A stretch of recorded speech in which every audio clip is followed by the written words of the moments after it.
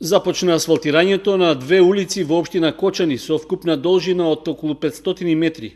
Се работи за 3 крака на улицата Карпошово во Станије во Кочани и крак на улицата Аснум во Оризари.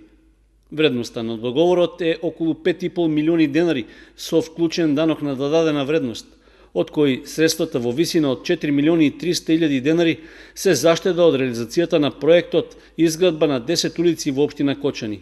Средствата во висина од над 1 милион и 100 илјади денари се општинско кофинансирање и се обезбедени од буџетот на општина Кочани за 2018.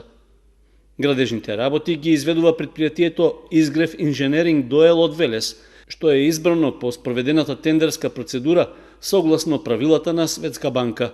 Реализацијата на подпроектот изградба на две улици во општина Кочани е според договорот за заем склучен помеѓу Меѓународната банка за обнова и развој и Република Македонија, а во врска со остварувањето на заштедата при реализацијата на подпроектот изградба на 10 улици во општина Кочани, помеѓу Република Македонија, Министерството за финансии и општина Кочани, за што беше склучен анекс на договор за подзаем.